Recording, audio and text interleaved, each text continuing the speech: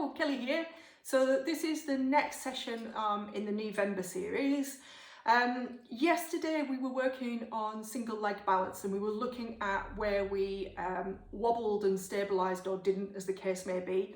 And one of the biggies that we get, let me come over here so you can see, is it's important in both walking and running. I know I've got a lot of runners in here, hence the conversation bit 5.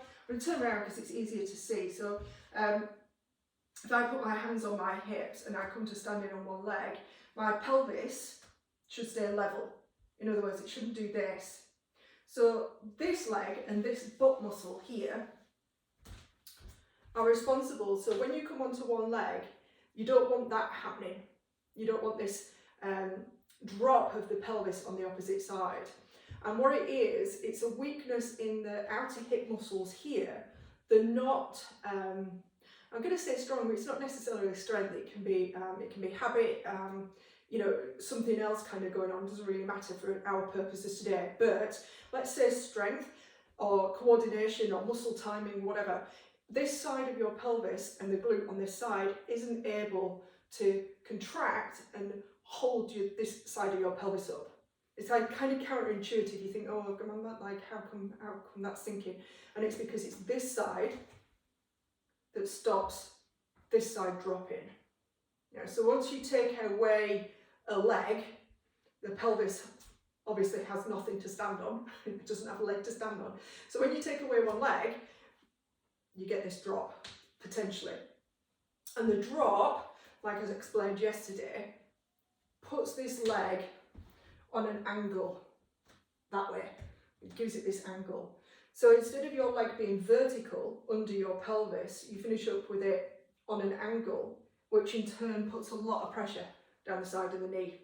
Yeah, so it's pulling all the time on the knee, and it's gonna make the outer part of your upper thigh muscle, so your thigh muscle, your quads, the outer part stronger or tenser or more loaded, which in turn then pull on the kneecap. Right, so all of that's kind of coming later in terms of what to do about that. For today's purposes, we're looking at kneecaps, and more specifically whether you can move them. So I'm going to come a little bit closer to the screen. I'm going to pull my pants up so you can see my kneecaps, she says, hopefully.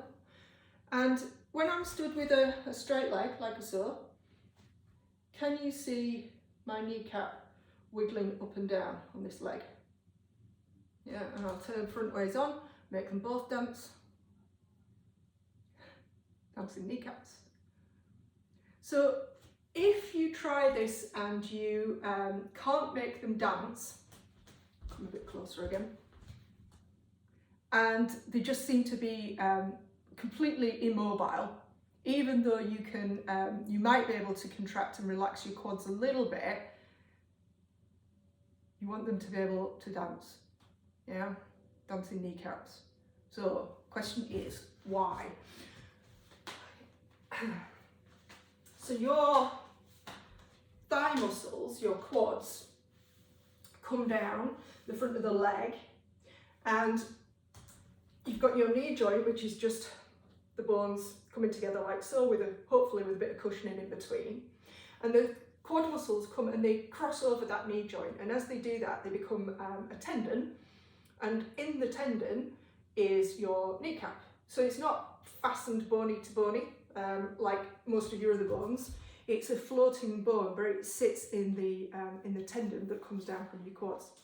So why is that important? Well, when you tense your quads or use your quads, the kneecap is being pulled up and back into the joint space, which if it's being pulled consistently or you're using it like that all the time, you can probably get a sense of why or how that would cause friction or let's go with friction. Yeah, I don't want to imply that you're not doing massive amounts of damage with this, but if it's over time, and if you think about that 10,000 steps a day kind of scenario, and then if you're standing and your quads are constantly engaged because the back of you isn't working particularly well, then your kneecaps are being constantly pulled up and back into the joint, and it's going to rub, essentially. That's what we're saying. Rubbing, friction, heat, inflammation, eventually pain and possibly degeneration in the joint as well, right? So it's one of the easiest things you can do to alleviate some of the pressure on the joint is to relax your quads and relax your kneecaps. And sometimes it's easier said than done. So, but remember, if you cannot make your kneecaps dance and lift up and down by tensing your quads, that tells you that your quads are already engaged, switched on, working, overworking, and pulling the kneecap back into the joint. And sometimes it's a brain-body coordination thing, because you've probably never tried to relax your kneecaps before. And partly it be habits of the way that you stand and things. And partly it's because we're so used to standing with a little bit of a, pelvis forward, loading up the front of the leg, switching off the glutes. We spend a lot of time sitting, all that kind of stuff. And once this kind of all switches off, the only thing that's left to hold you up is your quads, and they get overworked, overused. And like I say, once they're in that state and they're tense all the time, they're pulling the kneecap back into the knee joint. Yeah? I do feel like I waffle sometimes, so I do apologise if you're kind of going, oh my God, she could have said that in 30 seconds. She's just waffled. Sometimes I just need to waffle to get my point across. So today is about trying to make your kneecaps dance. And let me know if you can't relax them, if you can't let your kneecaps drop, then comment under this post and let me know, and I'll come up with some suggestions for you on how to get them to relax in the first place, and then you can apply it to when you're sort of standing as well. Good luck.